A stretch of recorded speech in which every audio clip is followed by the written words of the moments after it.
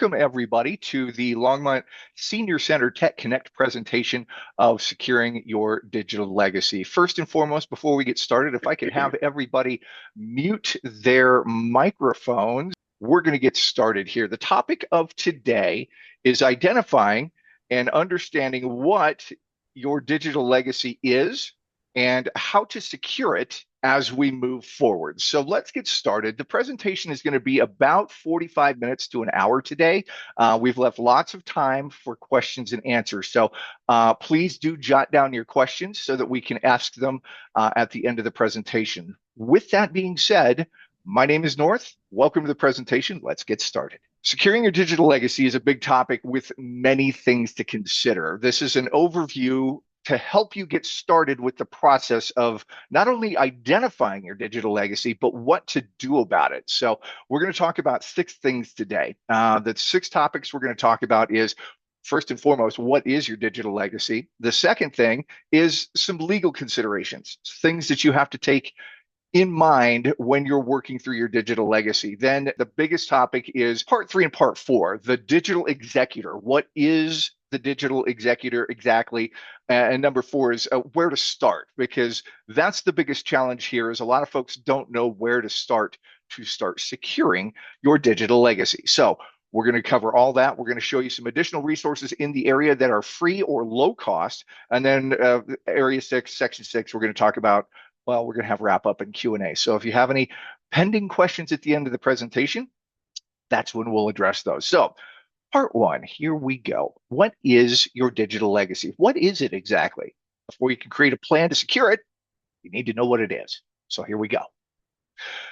The definition of a digital legacy is simply this: the digital information and digital assets that is available about or belonging to someone following their death. That is literally the definition from, I forget which law site I got that from, but that is the literal textbook definition. But let's talk about what that means specifically. Your digital content is part of your digital information and assets. That's going to be things like photos and videos, important documents, license keys for software that you may own, and also digital vaults that you may have somewhere. That can be anything from online cloud storage to something like a password manager. Those are all vault contents. You've also got online accounts, things like social media accounts, banking and financial accounts, government accounts such as Social Security Administration, IRS. There's a few that you're going to want to take note of as part of your digital asset library right now that will eventually become your digital legacy.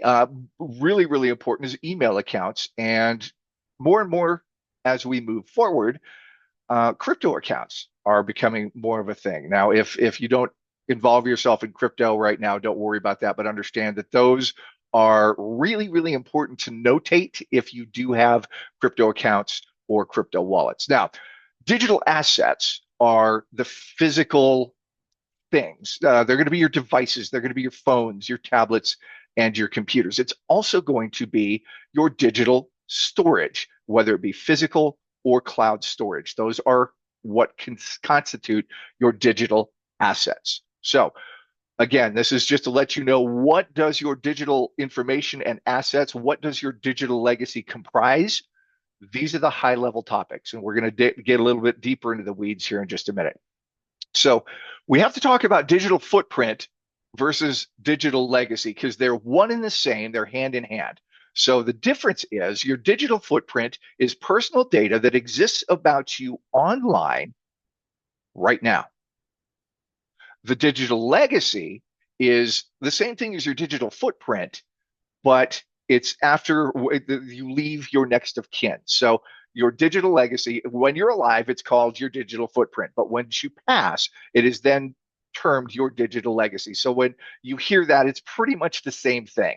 And so your personal data that exists online that you leave behind to your next of kin, it's really important to have that organized, because if you don't, there's some chaos that can ensue after the event. And I'm going to share the story of my father because he's one of the reasons why I started helping folks with their digital legacy because of the way that he passed. He passed suddenly, and there was quite a bit of confusion and chaos that took about 18 months to sort through. So that's kind of the root behind why we're doing this presentation. Now, before we move on, we do need to point out a couple of things here. There are some serious legal considerations that you need to address, things like access rights, digital rights, privacy rights, tax implications, jurisdictions. There's estate planning that has to go into this. The following presentation does not constitute either legal advice or financial planning advice. We want to make very clear that this is just a framework guideline of some steps that you can take to get organized and move forward in securing your digital legacy. The actual legal matters and the financial matters, you're going to want to reach out to some professional services there, as again, there are some content here that do fall into the area of legal requirements. So having said that, we wanted to get that out of the way early. And there's going to be a couple of things that we're going to talk about that are going to be repeated through this because they're very, very important that you address and you acknowledge that documentation is key in all of this process. We're going to talk about that as we move along. So let's talk about things to know about. This is a mouthful. It's the Revised Uniform Fiduciary Access to Digital Rights Act, or RUFADA. What this is this is the law in the state of Colorado that provides the executor of an estate or an attorney with access to someone's online accounts after death, and this is the important part, or incapacitation. What does that mean? Again, I'm going to use a story from my father who pancreatic cancer, went through chemo and was incapacitated for 11 days. Now, he ran an insurance brokerage out of Loveland that had 32 different insurance agencies that he used to support 15,000 clients all over the state of Colorado.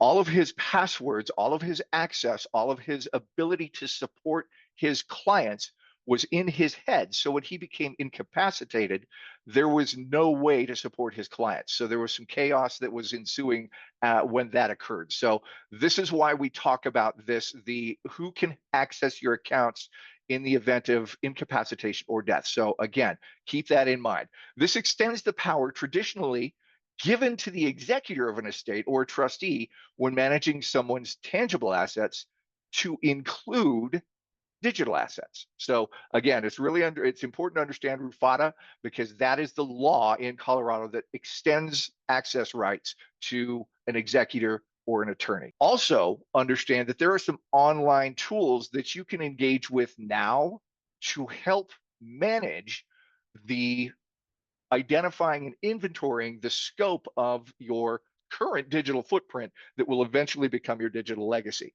So things like password managers, vendor-specific tools, and the list is too long here. I didn't want to go through all of them, but things like Google Inactive Account Manager, Facebook's Legacy Contact. There are online vendors or online social media and things like Google Drive, iCloud, where you can literally go in and set who is the responsible party in the case of incapacitation or death. You can actually go set that up to have somebody help manage those online accounts. So it's really important to familiarize yourself with those online tools depending on the accounts that you have online. Now, again, you're going to hear me repeat this about 9 times through this presentation because documentation is critical. Document your wishes. You need to make sure that folks know what to do with these digital assets as we move through the process. So let's get started. This presentation is designed to help you get started.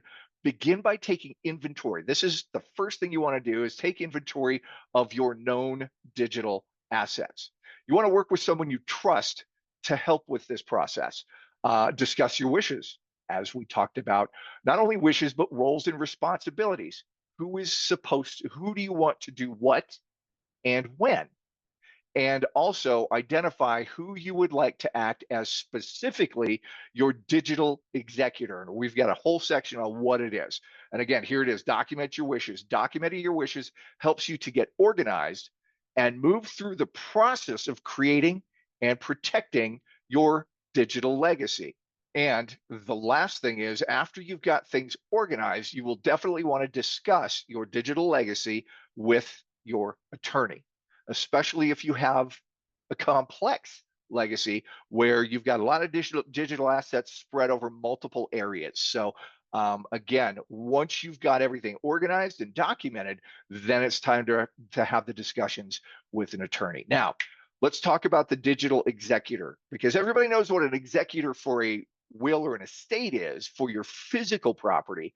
The digital executor is a little bit different. What do they do? Well, they are solely responsible for your digital assets, your digital legacy. That is all they do. How do they do it? Well, they wield the power to manage your online assets. So when you name a digital executor, that individual is responsible for managing all of your online accounts, all of your online assets, anything that lives in the digital realm. That person will work in conjunction with the regular executor to manage. Now, once you name your digital executor, they wield the power to manage your online assets, just like the regular executor has the power to control the physical aspects of your will or your physical assets. So understand that there is a delineation between the physical and the digital executor. Now, how do you designate? Who do you designate? So in the state of Colorado, obviously it has to be someone you trust. And really the only two guidelines are they have to be over 21. Someone you trust it should be a foregone conclusion, but the minimum thing is they just have to be over 21.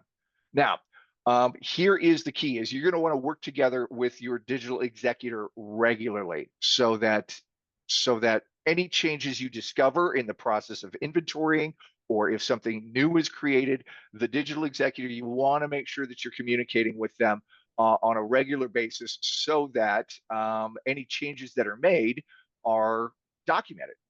Let's get started.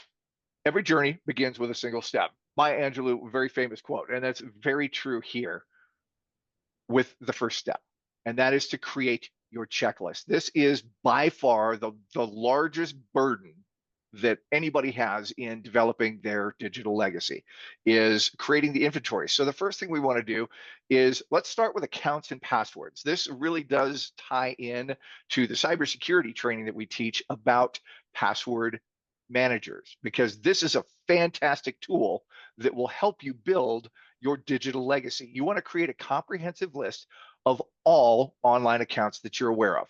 You want to start with the critical ones. We're talking email accounts, not just your primary, but any other email account that is out there, ones that you use for recovery, ones that maybe family members have set up for you. Even if you don't know the passwords to them, if you know that they exist, get them on your inventory list. Same thing with banking, financial, and investments. It could be the local bank accounts, credit unions, every credit card, every investment accounts. Again, you want to be as comprehensive as possible. Medical and government accounts. Here in Colorado, we've got UC Health, we've got Banner Health, we've got BCH, we've got multiple different health providers. If you've got an account, a medical account with one of those providers, you're going to want to make sure that that's in the inventory as well. And we did briefly talk about the government accounts like the IRS, the SSA, any other .gov accounts that you've got. That goes for both state and federal. And then social media accounts. That could be everything from Facebook to Twitter to Nextdoor, genealogical accounts, any social media, and then cloud storage. We're going to talk about those as well, but accounts and passwords is a great place to start. Now, let's talk about digital media licensing. A lot of folks that I talked to about this didn't realize that the content that they've been collecting over the years is actually transferable to the next generation if you set it up before the time of your passing. Really important here to understand. Vendors like Apple Music and iTunes, Amazon Streaming, Apple TV, Vudu and Fandango, where you can literally purchase movie collections and you have the license to them and have perpetual rights access to them. It's not really streaming, but it's like Apple Music and Amazon Streaming, where you can purchase movies and TV shows that stay with you, that travel with you. Google Play Music and Streaming, and then also Kindle, iBooks, and Audible. Here's an interesting tip. for example, I used to be a DJ, and I've got a music library on Apple Tunes that is roughly about 14,000 songs. But interestingly enough, Apple Music, if anybody knows Apple Music or iTunes, those songs were between 60 cents or 70 cents and $1.30 a song. So if I've got 15,000 songs, my music library, that has a very high value to it. So one of the things that I've done for my digital legacy is I've made sure to will my Apple Music library to the next generation so they can access it and they don't lose those music rights after my passing. So things like that to consider. If you've got a large video library, if you've got a large music library, you definitely want to add those to the media licensing for your digital assets. So the other aspect here is digital subscriptions. These are things that you're going to want to manage. Things like Netflix, anything that has a monthly recurring cost or an annual recurring cost. Amazon Prime. We talked about Apple TV and Apple Music. Streaming services like Hulu, Disney Plus, Paramount, and Peacock. Also, digital newspapers like the Times Call, Daily Camera, New York Times, or the Wall Street Journal. Each of those have a recurring subscription. You want to make sure that you are tracking those so that you know what those subscriptions are, where they are, how they are accessed, and how they can be managed. Also, new is YouTube TV. A lot of folks are starting to pick that up. That's also, you have some digital rights there, especially if you've made purchases through YouTube TV like you do Amazon Prime or Apple TV. And software subscriptions. Apps like AllTrails. If you're a hiker, you know about AllTrails, where you've got maybe a digital collection of trail maps and stuff in that realm. You've also got Microsoft 365 licenses. So software subscriptions are another thing you want to add to your inventory of digital subscriptions. Now, cloud storage subscriptions. This one's key. Bobski, you know all about this one. Most folks or some folks actually have multiple and they aren't even aware of it. So you're going to want to do a really good deep dive into where is your data, where are your documents stored. If you're a Mac user, you've got an Apple iCloud account. If you're a Windows user, you've got a Microsoft OneDrive account. You've also got Google Drive. There's things like Dropbox, Box, DocuSign. All of these online cloud storage subscription-based services are places that your digital identity, your records, photos, documents, all of these services can have your digital assets living in them. So it's really important for you to make these additions to your digital legacy as well. Now let's talk about intellectual property as well.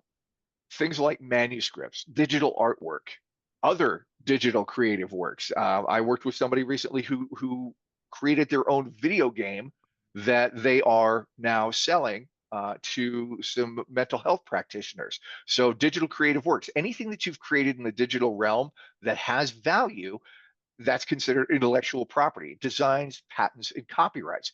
Any of those, any documentation you have, any designs, you want to make sure that you've got those added to your digital legacy as well, where they're stored, how you access them, things like that. So intellectual property is a really big part of your digital legacy. It's not just where it's stored, but what you're storing there as well. So let's talk about critical action steps. Step one, we talk about this, and here it is in bullet form.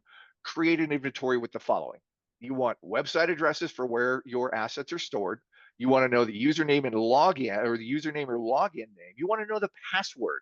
You also need to document the method of two-factor authentication or multi-factor authentication. If you've got those set up, then you want to make sure that whoever's managing that account knows how to access the MFA portion of it as well. And those are the codes that get sent to you after you log in with your username and password. Also, really, really important is make sure that you've got recovery methods set up for all of your online accounts and document what those recovery methods are. Is it a recovery phrase? Is it an additional email address or a phone number? You want to make sure that you are as detailed as possible in your documentation of your inventory so your assets are as easy to manage for the next person that will be having to manage them. Now, we did talk about the tool. Now, I know that if you've taken the cybersecurity classes, the password manager, but this is what we're talking about if you've taken that class beyond just password.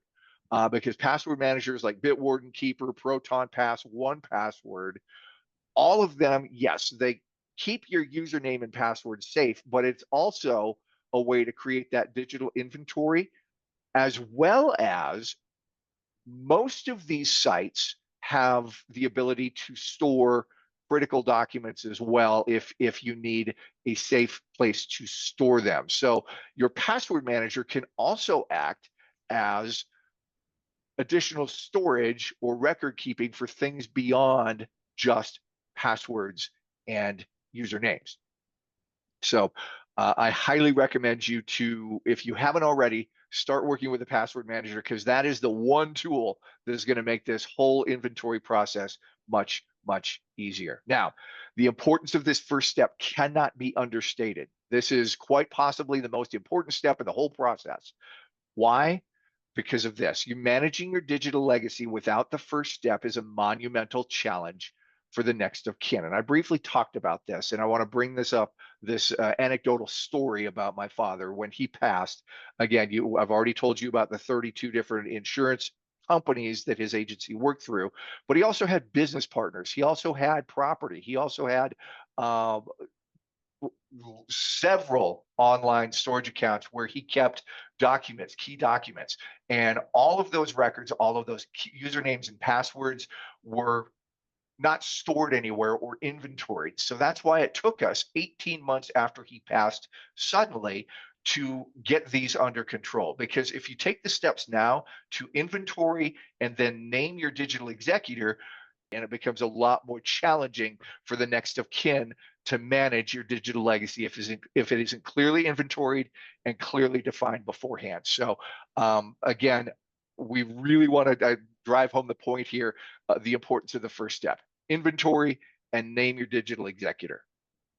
Now, critical step 2 is notify your service provider. So after you've gotten all of your inventory and you know what you have and how to get into it, this is another thing that is really important, especially in the incapacitation phase of this, is having a named party to act on your behalf. Just because I've got your username and password doesn't mean these vendors are going to easily let you access accounts.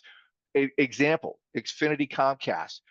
If you don't have another named party on that account that is your support person or your digital representative to work on your behalf, it takes a little bit more effort to get that account under control. So utilities, cable, banks, credit card, retirement accounts, any account that your digital executor will need to manage in the event of incapacitation or passing, you want to notify them ahead of time. That way, again, if you do the work beforehand, it avoids a lot of chaos aftermath.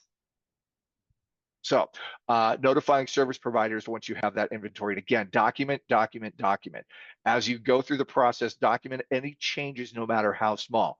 Again, we've documented the inventory, usernames and passwords, but maybe on one day you're like, hey, I contacted my Capital One card and added my digital executor as a named person on the account. Just keeping a record that occurred and the date when it occurred, that documentation is really, really important. And again, that's something you can do in your password manager very, very easily. So again, talking about the inventory, having it in one place and not scattered in multiple places is another key. If you can pick one tool, stick with it, because that's going to make it much easier to manage and organize, not only for you, but also the support, your support person, your digital executor. So again, working together with your digital executor, you're going to regularly communicate with your DE. This will help the process greatly. So set up a cadence to discuss with that person the changes you've made or help that you need. Again, communicate with your DE. It's going to make the process much, much easier. Things to do recap. So as we've talked about, time to start planning. Who do you want to act as your digital executor? For some folks, this is going to be an easy decision. For others, you may have to go through a process where you're like, okay, I've got 2 or 3 folks that could possibly fill that role. And then there's a conversation that has to occur around that once you've identified that person. And then you can either take the task on yourself to create your digital inventory, or if you don't have the skill set, your digital executor would be very helpful in this process as well. Because again, the bulk of your energy is going to be spent in creating that digital inventory. And then again, with the inventory, you want to early on identify and begin using your tool of choice. It doesn't matter which tool you choose, but make sure that when you choose that tool, stick with it and don't spread it out over multiple tools to create additional complexity and potential confusion. And again, here it is, document your wishes. Make sure it's very clearly spelled out what you want done with your digital legacy, your digital assets. That's going to make it much, much easier to manage going through the entire process. And again, regularly update. Work with your DE to help them understand your needs, how you've organized things, and more importantly, your wishes. Because again, this is an organic process that does take time from start to finish. Okay. Now let's talk about some local resources. Who is available in the Boulder area to help you out if you need additional resources? Now, the CU Digital Legacy Clinic. This one is a big one. These guys, they're based out of Boulder, and they had a couple of interesting tidbits on their website. Did you know that the average internet user has more than 190 accounts? And again, that's the average. In my research, that's pretty accurate. More than 190 accounts, and produces more than 850 gigabits of data per year. That's a lot of data that we generate without knowing that we actually do that. So those two things alone may spur the need for help. How do I identify where this data is? How do I create this data? How do I manage it? This website here is in the handout. It's colorado.edu/center-digital legacy. This is the website for these guys here. The Digital Legacy Clinic is a free service through CU that literally supports you through every digital chapter, everything that we talked about today. These guys, based out of Boulder, will help you through the process. What they do specifically is, again, they support you through every digital chapter, from inventory to locking down to organizing. They help you get organized by getting started with your inventory. So everything that we just talked about today, they will do hand-holding with you to help you through the process. They're going to help you define your needs, because let's face it, that age-old phrase, you don't know what you don't know. If you don't know what you need to do, then how can you be expected to do it? These folks are going to help you define the needs, the things that you need to do. They do digital legacy planning, and they also assist in account recovery, which can be very time consuming. So if you are in need, again, reach out to these folks. The email or the website is going to be in the handout, so that you can reach out to them and schedule an appointment with them. Again, they're through the University of Colorado in Boulder, and this is a free service. So really, really powerful tool to have. Now, the other one is State of Colorado Area Agencies on Aging. It's called the AAA Group, and we have two contacts in Boulder County. There's one more in Weld. What they do is they're available for, if you're 60 years of older, they are available. They assist in helping find legal assistance in your area, and they have a list of legal assistance providers that are free or low cost. Now, I went ahead and did the work for you. If you want to call the AAA office, their number is listed in the notes. But the two that are in Boulder, we've got Michael Anderson and Brett Landis. Michael's from Rocky Mountain Legal Services. His phone number, his email is there. And then Brett Landis from Colorado Legal Services, again, phone number and email is there. But these folks, again, if you are over the age of 60, you can qualify for this legal assistance program. If you have questions about how the system works, call the Boulder office. Michael and Brett, you can also drop them an email, and they can probably give you guidance as well, since they are the two legal representatives or the legal providers in Boulder that support the Area Agencies on Aging, or the AAA. So that is the presentation on identifying your digital legacy, how to secure it, and how to keep it organized and keep it moving forward with a couple of resources. So with that, we're going to go key takeaways, what we talked about. First off, don't delay. You want to get started today. Start the conversation. Who do you want to act as your DE? You don't have to name them right away, but have a short list of players who you're like, I think that person would be a really, really great person to fill that role. Start crafting your digital inventory of digital assets. Even if you don't have a tool yet, just a notebook. Start jotting down, okay, I know I've got this account. I know that the username and password is here. Start crafting your inventory, and then explore the professional resources.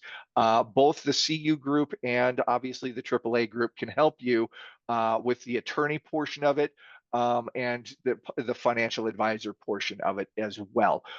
You want to choose your tools, because again, the right tool makes all the difference in the world in this project. But again, the rule is once you pick it, stick with it, because you don't want to use multiple tools, don't want to muddy the workspace there, if you will. And again, start the conversation today. And then I've also some reference material here, instructions for the probate with a will. I've given you that. This is actually the PDF from the Colorado judicial.gov. It's the instructions that includes digital executor and managing your digital assets in your will. So if you want to read the instructions firsthand, you can go to coloradojudicial.gov. The site is in your handout. And then if you want to read specifically what the RUFADA is, I've given you the actual website to the bill. So if you want to read through all the details, it's at leg.colorado.gov. You feel free to review that at your leisure as well. And with that, here's the contact information for the SCTC, email, online coaching, and again, the events calendar coming up. But that, again, is a short presentation with big, big, big ramifications on the back end. So we're going to go ahead and open it up for some questions. I'm going to stop sharing so that we can get to some questions. We had some questions in chat here. So question number one is the purpose to retain the value for heirs? Why do I care about subscriptions after I'm dead? This is a really great question. So it's not so much that you, after you pass, are concerned about it, but what you are concerned is if they're set up on auto pay and you've got several $100s a year, some folks, if you've got auto pay subscriptions, we want to know about it so we can go terminate those so it's not continually getting hit out of financial resources. So that's why it's important to inventory them. If you've got auto pay or recurring subscriptions, your next of kin are going to want to know about that so they can manage and terminate those before they hit financial assets. Hopefully that answered that question, but that's the main reason, is just to manage the financial aspect of ongoing subscriptions. Another question here is naming a digital executor in the will sufficient, or is it necessary to allow to contact every digital service provider? So this is one of those fantastic questions where it depends. Naming your digital executor legally gives them the legal right to act on your behalf. Naming them with a service provider ahead of time will save time in the fact that after passing, you're going to have to provide certificate of death and the proof that you are the DE after the fact. So it's all about friction in transition, if you will. If you name the DE ahead of time and let the provider know that this is your legal representative to help in incapacitation or death, then when the passing occurs, it's not going to be as much chaos, because you're not going to have to be sending all of that documentation to the provider in order to do something that could have been set up and agreed upon before. Does that make sense? It's just an ease of transition, if you will. Does that answer your question? Perfect. All right, I'm going to open up the floor if you'd like to unmute your mic, and if you have other questions. Now, again, I can't provide legal advice, but I can definitely answer some questions on the inventory tools, how to get started, things like that. So if you have a question, feel free, fire away. We'll answer them. I have. This is Karen. Hi, Karen. What do you have? Okay, so a while back I went to something and they were talking about ancestry. It's on my list. I just haven't gotten to it. And I'm thinking of all the genealogy things that I might have. And so I'm trying to, I was listening to what you're saying, but I'm like, okay, how do I do that? Like, so I have an account for Ancestry. I have some of the other ones. Um, and I don't have a clue of how to go about doing that. So I was just wondering if you could, So that all some of Ancestry, these organizations. yeah, yeah. So the Ancestry, because it's not the Ancestry records. Now, again, you're going to want to definitely get some legal advice on this, but family history through ancestry.com, or insert website, whichever one you use, Ancestry. As long as the access is identified, your username and password to get into that account. Now, again, if you've named a digital executor, they have rights to access that account after the fact. So all they need is your new username and passwords. And if you've named them as your digital executor, they have the legal right to access that account on your behalf, because you've given them, with that Rufata Act that we talked about. Once you name a digital executor, they have the same rights that you have to access, to download, and keep that account going however your wishes. So again, that's where the wishes are important, because you're going to tell your DE, this is what I want for my ancestry or genealogical record. You have access to it, and this is what I want you to do with it. So that's what, when we say the inventory, not only how to access it, but what you want done with it after the fact. Because once you name that DE, they have the legal right to access it just like you do. Yeah, this is great information. Unfortunately, I just spent a lot of time and money redoing my will and my all this kind of stuff. Didn't know about the digital stuff. So I guess it's just a matter of talking with the attorney and kind of figuring that out at this point. But I love your ideas of getting organized and, my one password and things like that. So that's great. Yeah, Thank you. and again, the reason why I know this subject so well is because my family went through it for a year and a half, and so I've got three brothers and a sister, and we all powwow together, and all of us set up. We're in our 50s. So hopefully, knock on wood, we've got some time before our footprint becomes our legacy. But we've all designed a roadmap for each one of us, how we support each other because of the chaos that we went through after our father's passing. So, unfortunately, I do speak from experience in this process. So the organization and inventory you're absolutely right. It's super critical ahead of time. Is there going to be, I see that this is being taped. Will I be able to access this video some way? Yes, it's going to be posted on the YouTube channel. If you go to YouTube, just Okay. search for Info SCTC, and that's our site. Be sure to like and subscribe. That way, every time we post a new one, you'll get notification that there's a new video to watch. All right. Thank you. You betcha. And how to reach me? You can actually reach me through the SCTC Friends Longmont. North, Yes, where we put the digital executor is in the will. you're definitely going to want to talk to your legal representative on that, where you have to name that person. Because again, that's the instructions for probate. On this website, it is in your handout. You can actually go to this and get the instructions that you need to name your digital executor. This is actually where I got a lot of the information that I got today. The other aspect of that is you do want to go check out the Rufata. Definitely check out those two documents. Or you can always, if you've already got an attorney in play, definitely reach out to them. I have a question, North.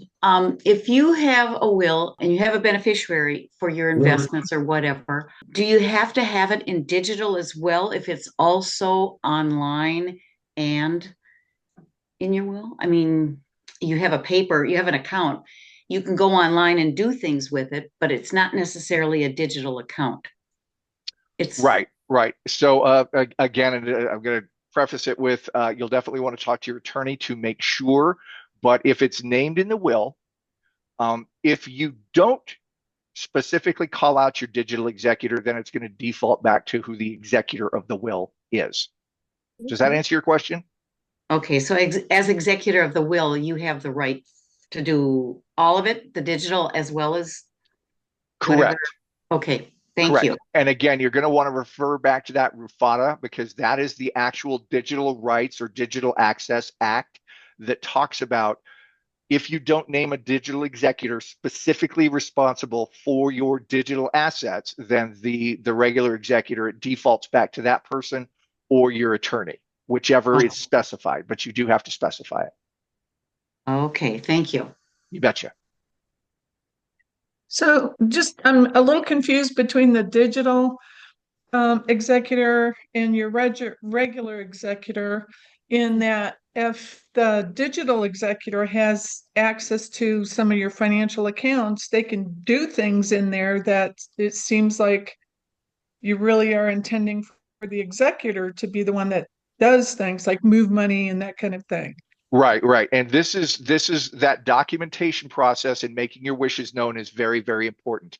The purpose of a digital executor is to manage access to those digital assets.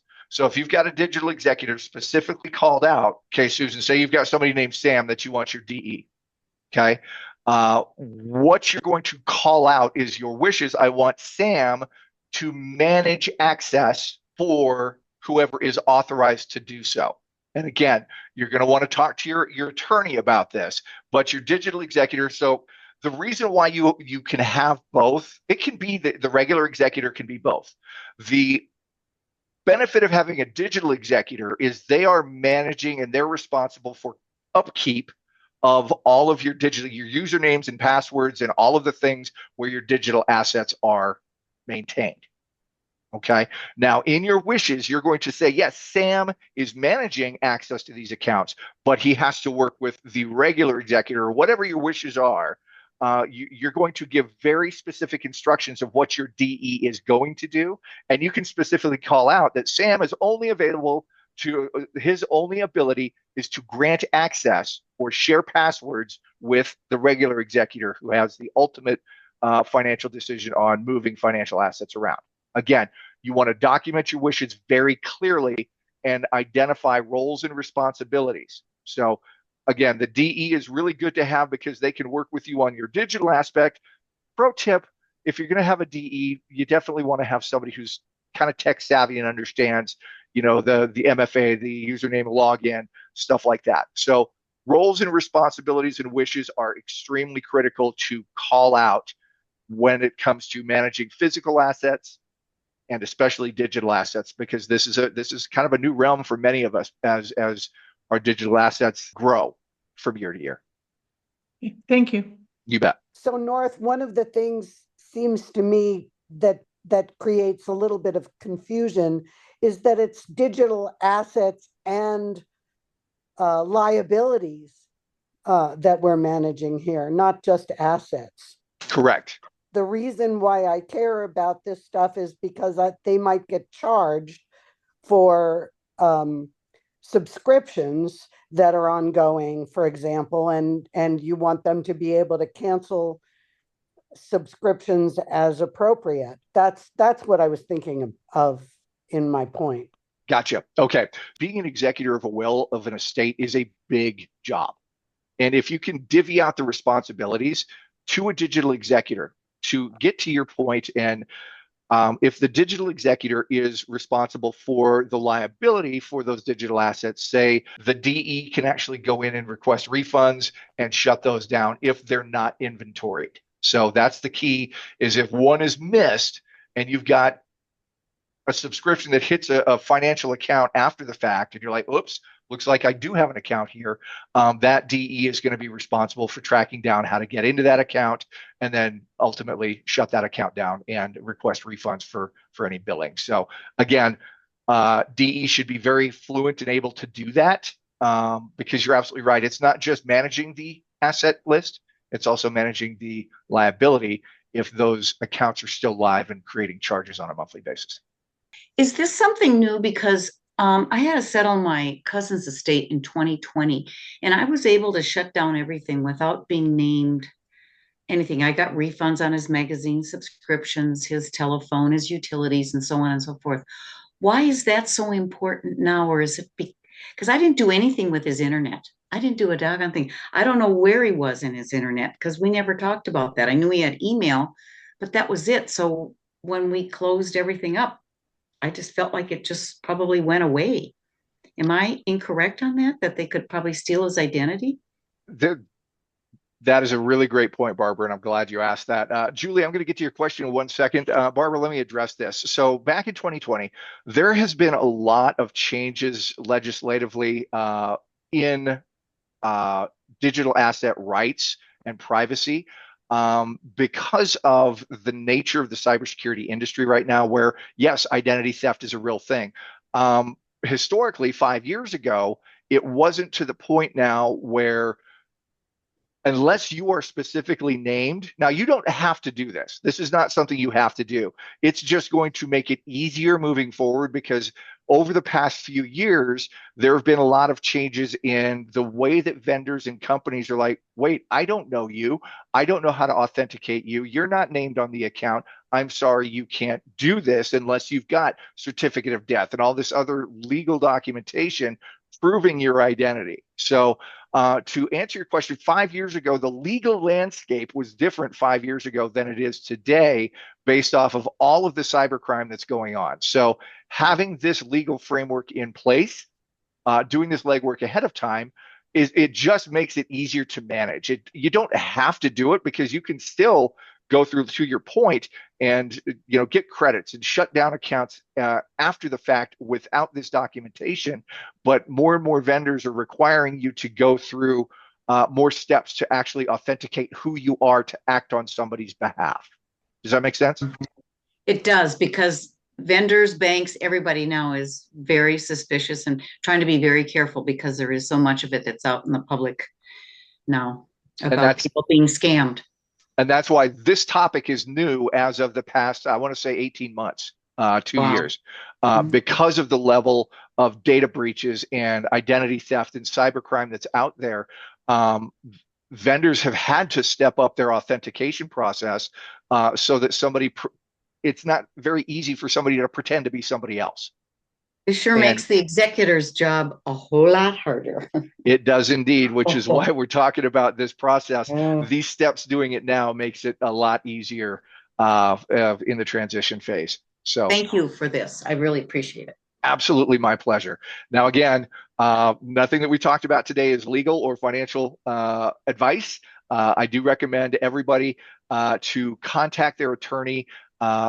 Now that you know what questions you need and should be asking, you can have much better conversations with your financial advisor and with your attorney. So this is just, again, a framework for how to be prepared for incapacitation and the eventual passing that we are all going to have to endure at some point in time.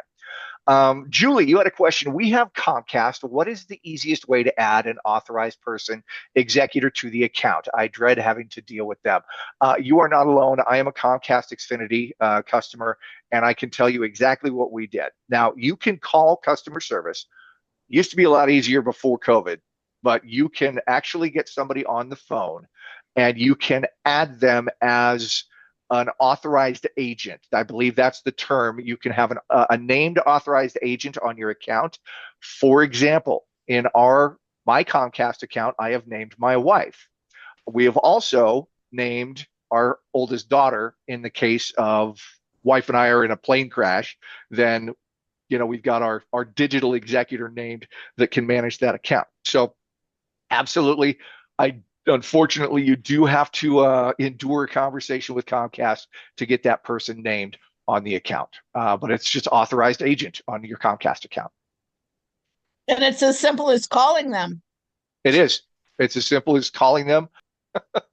If you can navigate the digital menu, press 1 for this, press 2 for this, press 3 to get hung up on. It may take a couple of tries to navigate that menu, but yeah, just call Comcast. And actually, there's multiple utilities where you can add an authorized agent to your account. Okay. Well, thank you. You betcha. Sharon, you had a question about digital manager. So this is not a digital manager. It's a password manager. We've got a couple of classes coming up at SCTC. One is Password Managers, a primer or a primer. And then there's another one that Karen teaches that's absolutely fantastic, a Password Manager class as well. In the one that I teach, the first half of the class is what is a password manager, and then there's the last 5-10 minutes of the class. It talks about what password managers can do beyond just usernames and passwords. So you'll want to Google password managers. And again, the 4 that I've worked with great success, Bitwarden is free. It's a great way to get started. But we do recommend Bitwarden just because it's a no cost. But definitely check out the password manager classes that are upcoming. They're going to help you, because that is probably the greatest tool to use for your digital inventory is a password manager. Jump into one of those classes to understand more about them. These have been great questions, everybody. I do appreciate your input here. Alaya, hopefully I pronounced that right, correct. Alaya, add authorized agent to account for Verizon. That's a very good point. Cellular services, make sure that you've got an authorized agent added to that as well for your cellular service.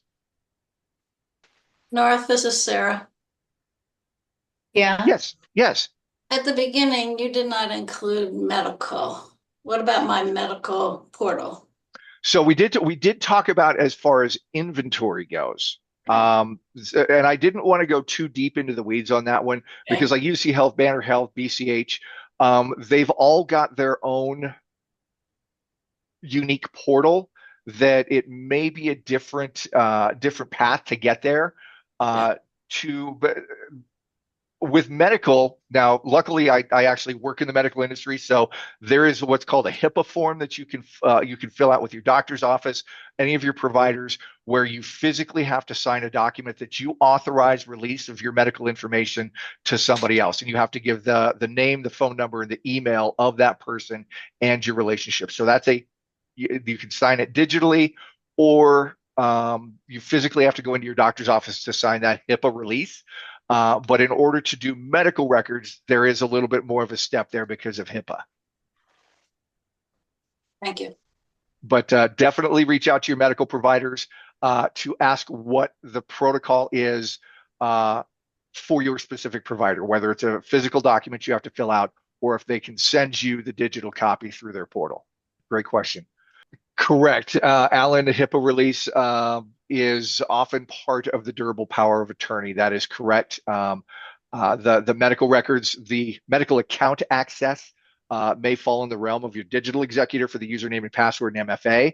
But yes, the medical records is part of the durable power of attorney that really falls on more of the executor. But again, that default check with your attorney to make sure that we've got the details right on that.